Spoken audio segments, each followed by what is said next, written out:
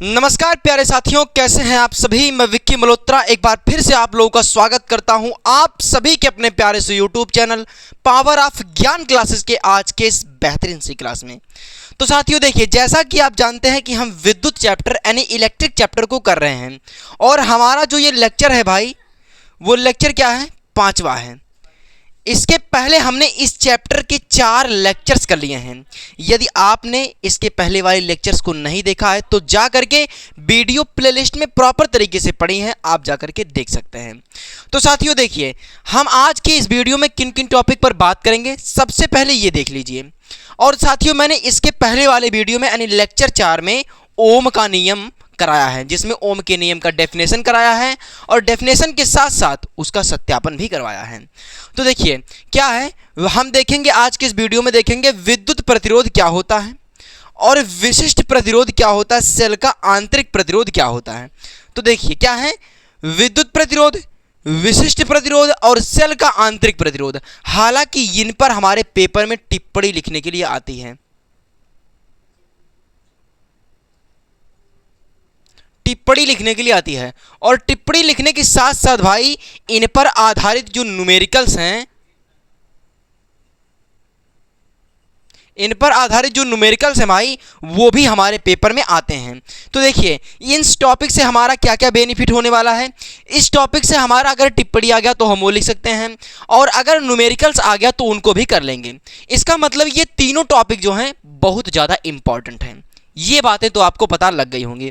तो साथियों सबसे पहले हम देखते हैं कि विद्युत प्रतिरोध क्या होता है। तो देखिए भाई, विद्युत प्रतिरोध क्या होता है। विद्युत प्रतिरोध, मान लीजिए ये क्या है, मैंने एक चालक तार बना दिया। ये क्या है, एक चालक तार है। तो क्या है, विद्युत प्रतिरोध क्या होता है, किसी पदार्थ का वह गुण जिसके कारण चालक तार में धारा के बहने का विरोध करता है। मान लीजिए ये क्या है, ये चालक तार है। अच्छा, अब चालक तार में इसमें धारा आई बह रही है। अच्छा, इस धारा आई को बहने का अगर जो विरोध करेगा वही विद्युत प्रतिरोध कहलाएगा। मैंने क्या बताया, डेफिनेशन क्या बनता है, किसी चालक तार का वह गुण जो चालक तार में धारा के बहने का विरोध करता है वही क्या कहलाता है, विद्युत प्रतिरोध कहलाता है। अच्छा, यदि किसी चालक तार के सिरों के बीच का विभवांतर मान लीजिए V है, इनके सिरों के बीच में विभवांतर क्या है, V है, वह धारा I का जो अनुपात हो तब क्या होगा, R बराबर V/I होगा, क्योंकि यही हमें कहा है। तो इसका मैं डिफिनेशन लिख देता हूं ताकि आप ध्यान से इन सभी चीज़ों को आसानी से समझ सकें। तो क्या है, विद्युत प्रतिरोध, किसी चालक तार का वह गुण जो चालक तार में या चालक में धारा के बहने का विरोध करता है। तो देखिए, किसी चालक तार का वह गुण, किसी चालक तार का वह गुण जो चालक में क्या है, किसी चालक तार का वह गुण जो चालक में धारा के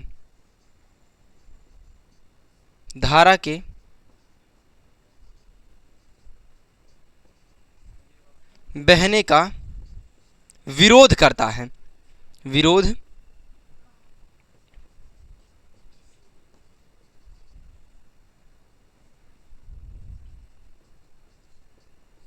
करता है, क्या कहलाता है, विद्युत प्रतिरोध कहलाता है।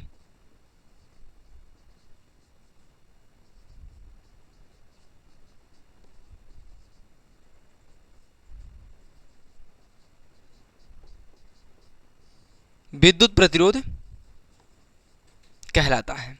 मैंने भाई देखिए क्या बताया, मैंने ये बताया कि किसी चालक तार का वह गुण जो चालक में धारा के बहने का विरोध करता है, या चालक, यहाँ पर मैं लिख लीजिए भाई, चालक में धारा के बहने का विरोध करता है, क्या कहलाता है, विद्युत प्रतिरोध कहलाता है। यदि चालक तार के सिरों के बीच का विभवांतर V हो, वह धारा का मान I हो। ध्यान समझिए, क्योंकि भाई देखिए सबसे पहले डिफिनेशन तो यह है, समझना पड़ेगा तभी आपको कॉन्सेप्ट क्लियर होगा, इसलिए ध्यान से समझिए। यदि चालक तार के सिरों के बीच का विभवांतर, यदि तार के सिरों के बीच का विभवांतर सिरों के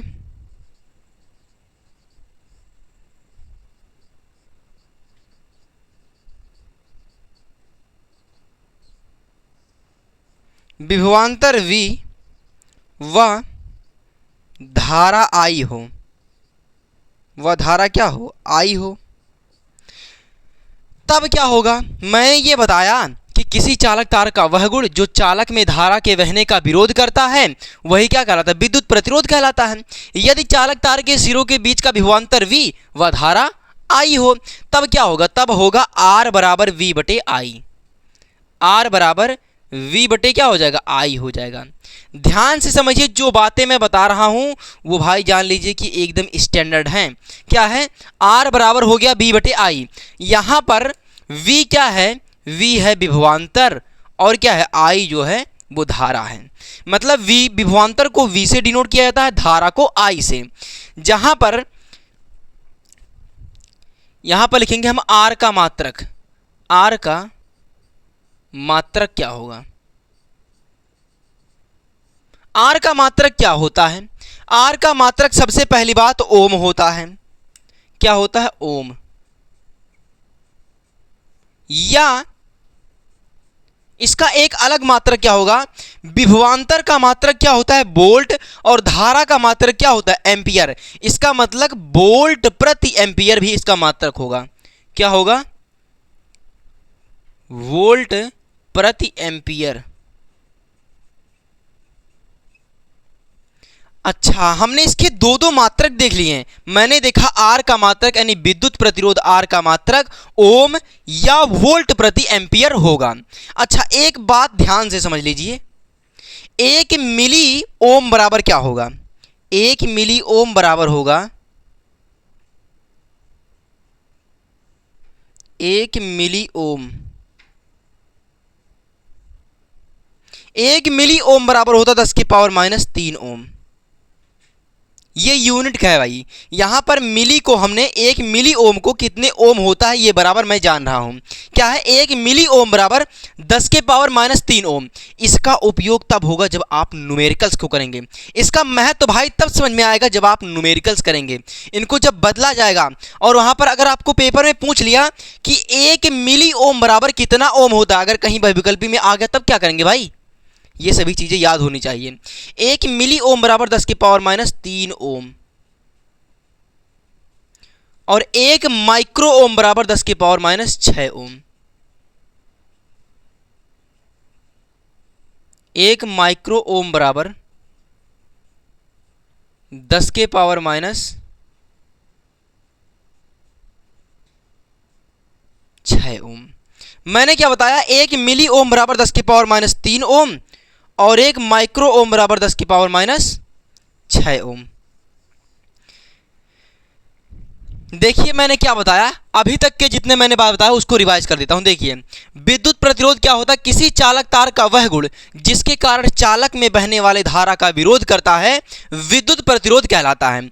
यदि किसी चालक तार के सिरों के बीच का विभवांतर V व धारा I हो, तब R बराबर हो जाएगा V बटे I, जहां पर R का मात्रक है ओम या इसका एक और मात्रक है वोल्ट प्रति एम्पियर। और मैंने बताया कि 1 मिली ओम बराबर 10 के पावर -3 ओम और 1 माइक्रो ओम बराबर 10 की पावर -6 ओम। अगर आपको यहां तक की बातें क्लियर हो तो बताइए।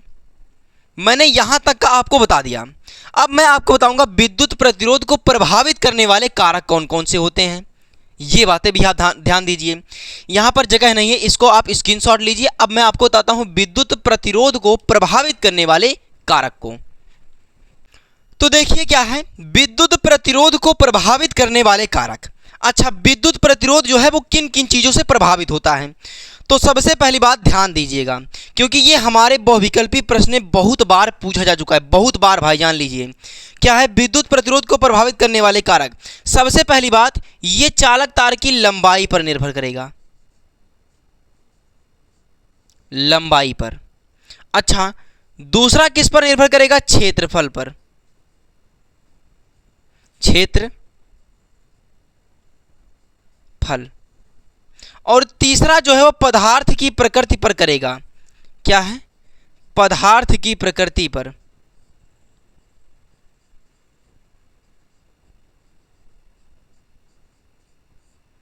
पदार्थ की प्रकृति पर।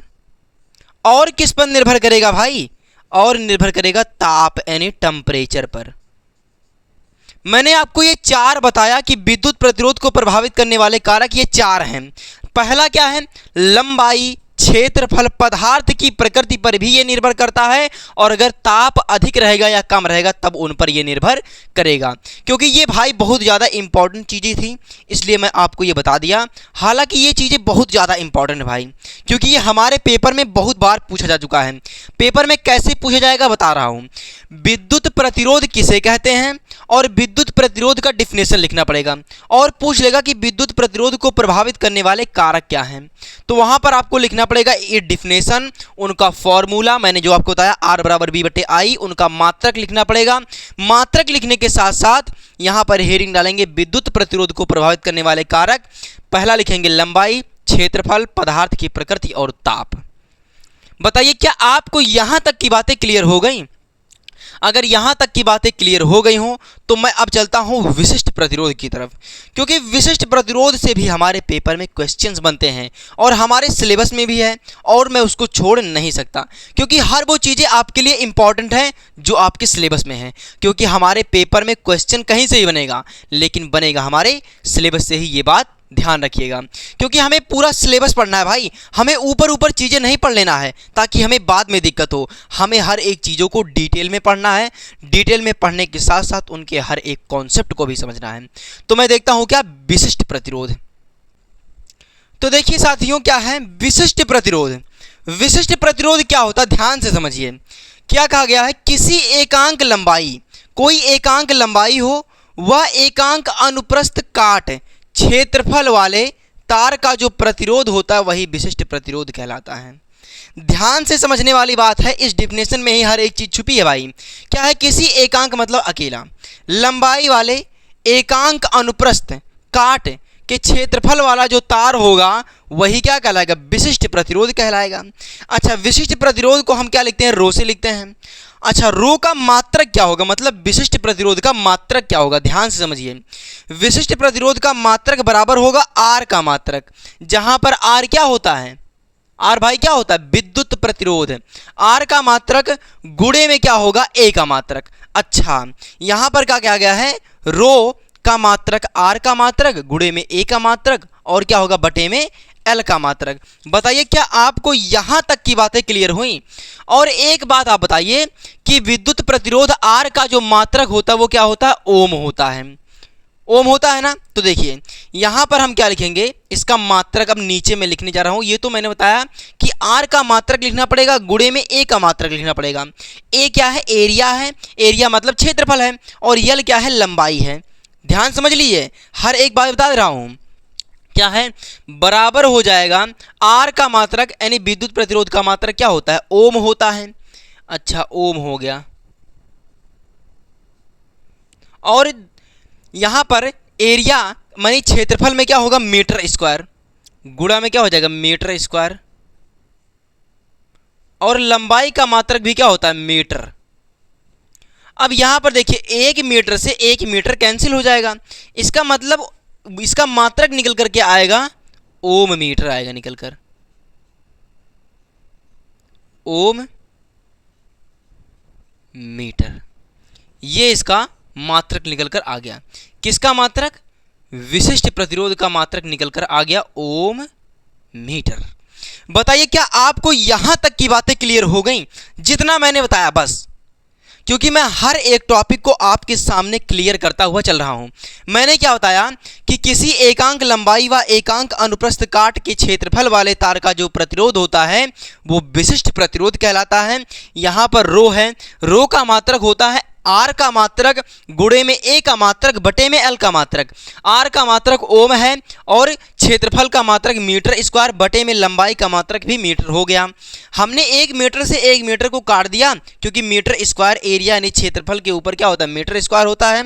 तो यहाँ पर हो गया इसका मात्रक ओम मीटर निकल कर आ गया। इतनी बातें तो आपको क्लियर होंगी। अगर यहाँ तक की बातें आपको क्लियर हो तो मैं अब आगे चलता हूँ, सेल का आंतरिक प्रतिरोध को देखता हूँ। तो देखिए भाई क्या है, सेल का आंतरिक प्रतिरोध क्या होता है? मैं चीज़ें यहाँ पर इसलिए लिख दिया हूँ ताकि समझाने में आपका टाइम बर्बाद ना हो, ताकि लिखने में भाई आपका टाइम बर्बाद ना हो। मैं जितना देर लिखने में लगाऊंगा उतनी देर में इन चीज़ों को समझा दूंगा। देखिए क्या है, सबसे पहली बात, सेल का आंतरिक प्रतिरोध। किसी सेल में उपस्थित जो विद्युत अपघट्य हैं, अपघट्य द्वारा विद्युत धारा के मार्ग में जो उत्पन्न अवरोध आ रहे हैं, उत्पन्न अवरोधों को ही हम क्या कहते हैं, सेल का आंतरिक प्रतिरोध कहते हैं।